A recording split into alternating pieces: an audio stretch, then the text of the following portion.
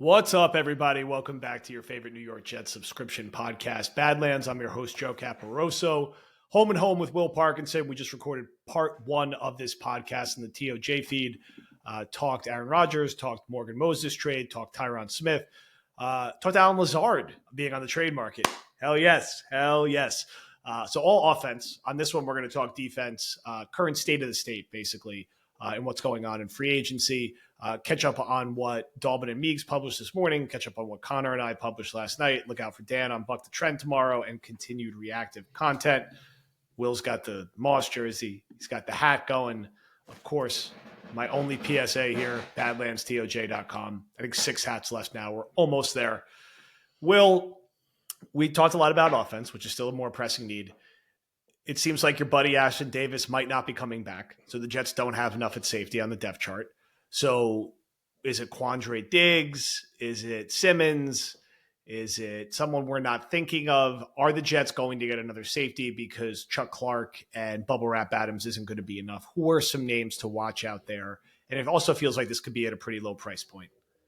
Yeah, Cam Curl's a name I kind of highlighted early on in the process when we were doing the free agency big board. Surprisingly, it was ended up in my top 20, and I was like, all right, let me go watch a little more Cam Curl. Could make a lot of sense. Only 24 years old, which, again, as I know free agents, some guys are getting younger and younger in a good way in terms of hitting free agency, but you just don't always see guys that are good players hit free agency at 24. The Commanders are not sure why they're building the best 2006 All-Star team, 2016 All-Star team. Eckler, Sacker, it's Bobby Wagner. Interesting choices. Frankie Louvu, Jets legend, probably their best signing of the offseason. But look, I think Cam Curl is a name that you could look for. I figured him and Justin Simmons would maybe be out of their budget. That said, depending on what happens here with some of these other names, if they go, wait for the draft at tackle or, they wait for the draft at receiver or whatever it may be, maybe they have extra money they want to go out and sign. I understand Ashton Davis wanting to go find a starting role somewhere else. I think he's bided his time here. He's gotten better each year. And last year, I feel like he found a really niche role as like the sub-package player that was really good, just found himself near the ball all the time. I'd love to bring Ashton back because the athleticism's always been there. And it feels like when it clicks, he actually looks really competent. And I don't think it would cost more than 2 for $8, 2 for $9 max. I think that's even rich, to be honest. Look at some of the safeties on this market. Quandre Diggs also, like, you look at Seahawks Twitter, and again, not saying you judge everything based off of how excited or upset a fan base is to lose a player, but I don't know. Like, I think Seahawks fans were pretty confused why Quandre Diggs, who's like that deep third playmaker type safety, that'd be great. Like, the Jets need that. It kind of, again, would allow Chuck Clark to be more of a box player, and then you could play Tony Adams as your sub-package guy or kind of match up on slots, etc. He's played with DJ Reed before. There's chemistry there. Saleh obviously would be familiar with him, and just in terms of like good intel. I think Diggs is in a win now, go try to join a contender. Like, he makes a ton of sense. And I don't know. I've seen some Colts rumors with him. We haven't seen him much with the Jets, but he's a guy that, like, Quandre Diggs, Chuck Clark, Tony Adams, and random insert day 3 long corner that the Jets convert into a safety, inevitably, whether it's Bernard Converse, who I don't even know if he actually exists because I've never seen him in person at a Jets practice. But I think those are the names I would look at. The Justin Simmons move is like the home run of home runs. I watched a ton of Justin Simmons for no reason the other day, and I was like, this dude's effing awesome. Like, this would be cool, but I don't know. Maybe he's looking for, like, he's a guy that somehow gets paid more than the Jets market. But those are the names, Cam Curl and Quandre Diggs. I feel like you go, oh, like, okay, I'm feeling pretty good about that. Justin Blackmon as well is another name I know you guys mentioned the other night. But, Quandre Diggs to me is like, I'd be intrigued. Like, very intrigued about this back end. If you're going to get worse at D-line, if you get better in the secondary, that'd be cool. Speaking of the front seven, they're going to need another edge rusher to complement Jermaine and what they're going to get out of McDonald this year. We know that the Eagles are looking to trade Reddick. We know that the Eagles are looking to trade Sweat. There's a relationship between the teams ostensibly, since Joe Douglas used to work there. The actual edge free agent market really has kind of been picked apart at this point. I would have to think, with how the Jets play defense, they're going to look to add a veteran edge rusher. They're not going to have that flexibility in the draft to use 10 or a third-round pick on one, although famous last words, you never know when this team will take an edge rusher. Besides the Eagles guys, is there another veteran you're keeping an eye on that will be comfortable in this scheme and could come here and be, a 5-6 sack guy? Now, because they have about 17 sacks to replace between Huff and Q Jeff, who left. So he's with the Browns now.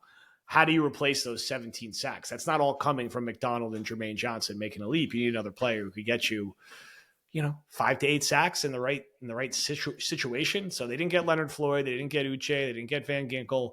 All these guys went somewhere else. What is the answer going to be now at edge rusher? This one sucks, and I know Dan will be releasing Buck the Trend tomorrow. He can't be happy looking at who's available still. I can't believe Josh Uche took a $3 million deal.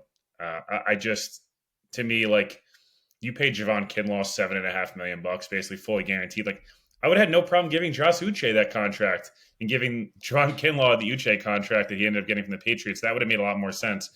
Uche 10.5 sacks a year 2 years ago, and like, you want to talk about guys who can't play the run, like Josh Uche on the field when there's a run game, like, good luck. That said, the Jets don't need a guy against playing the run. Like, that's kind of the whole point of having a pure pass rusher. It kind of starts to get into this Darius Smith, Jadeveon Clowney area, which Jadeveon Clowney has probably been rumored to go to the Jets for about 9 years now. Yeah. It's tough. Like, I'm looking at our big board and looking, at some of these other, like, a lot of these names have flown off the board, and, Denico Autry would have been great. Really nice pickup. I said Justin Blackman before. I meant Julian Blackman. I apologize. Not the former Oklahoma State receiver. Oh, we need receiver help too. So it's never. Yeah, they're in a tough spot. Like, I don't know. Maybe you get creative with, something that, a Jacob Martin-like player. Is it, Dorrance Armstrong from Dallas? You're kind of starting. Maybe they just bring Calais Campbell back. Yeah, and just load up the defensive front. Yeah, and then you just have like this more powerful front, which, frankly, you could do. I know this is like, do you bring Carl Lawson back? Like, I don't know, No. I don't know. I'm just saying, like, I don't know what you do at this point, because there's not a good answer, really. There's not. Is it Justin Houston and Derek Barnett? Like, that's part of the issue here. And I know you've tweeted about it, and I saw you got a lot of pushback on it, which, whatever. But the D-line, I think, is significantly worse on paper than it, like, at least going into year 3 for a lot of these guys. Look, JFM is who he is. JFM played through a lot of injuries last year. I talked to him and caught up with him about that, and he was like, man, I had torn this. Like, I was like, Jesus, I don't know how this dude is playing. And that's so he'll be healthy. Quinton Williams will get even better. I think he'll get a little bit less double teams just because the Jets will be playing with a lead. You can't, whatever. Jermaine Johnson should take another leap. That's great.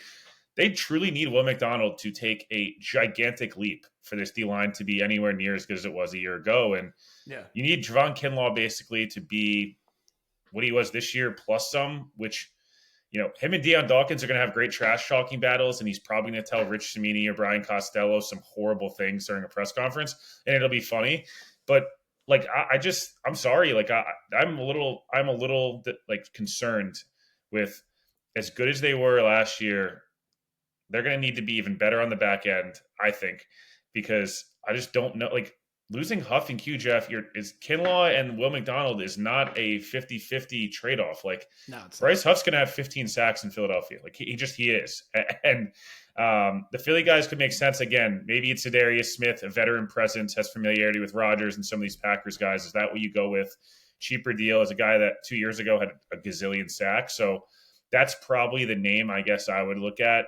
I think he might be gone. Did he go to the Browns? I'm trying to remember. It's impossible to even. It's impossible to keep up. I think you might be right. Damn. Yep.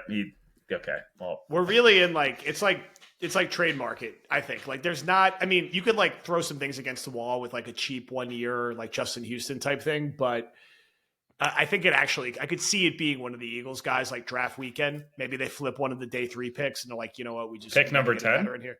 No. Pick number 10, come hell or high water, needs to be an offensive player. And candidly, I'd like to see the 3rd round pick be an offensive player too. Maybe that's asking for too much, but they have work to do on defense because I think, like you said, Q Jeff, besides Quinnen, was their best, interior rusher last year. And Huff was their best edge rusher. And they've lost those guys. And they lost Al Woods. And they probably lost Sal Thomas, who, fine, whatever.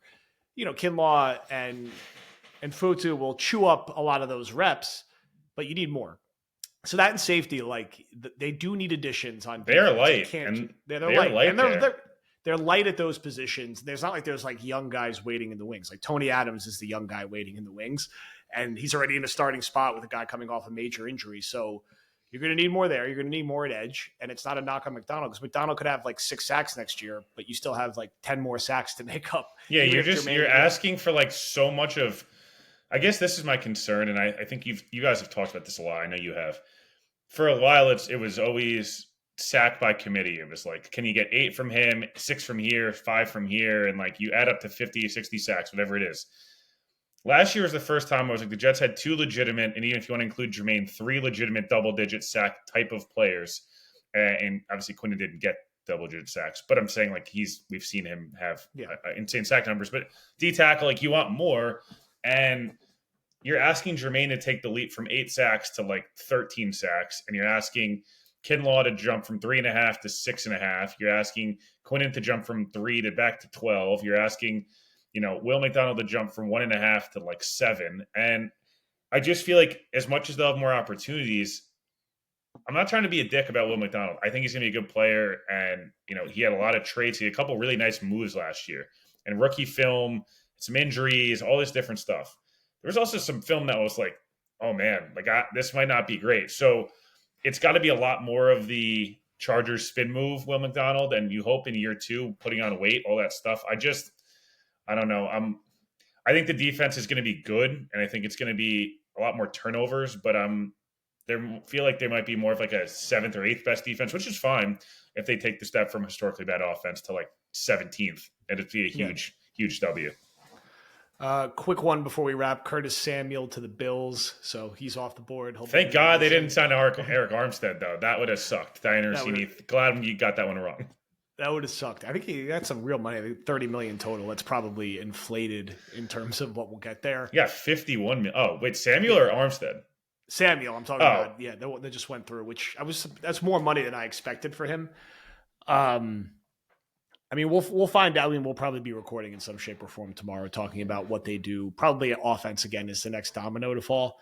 And, Mike Williams still out there. Jets are interested by what we're hearing. Boyd, they seem to be in on. Are they going to get one, both? We don't know yet. Also, I think we'll get a resolution with this Davis stuff relatively soon.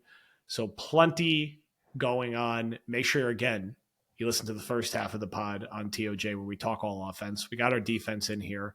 Feeds popping. Will, thank you as always. Busy days ahead. Looking forward to TOJ Talk Saturday as well. That's been a fun listen every weekend. Yeah, no, I appreciate what doing. I saw the home and homes are always fun, and hopefully TJ Talks on Saturday featuring breaking down Tyron Smith and MVS or Tyler Boyd film or Corey Davis, whatever we're going to do. Yeah, something new to talk about. Thank everyone for listening, and we will talk to you soon.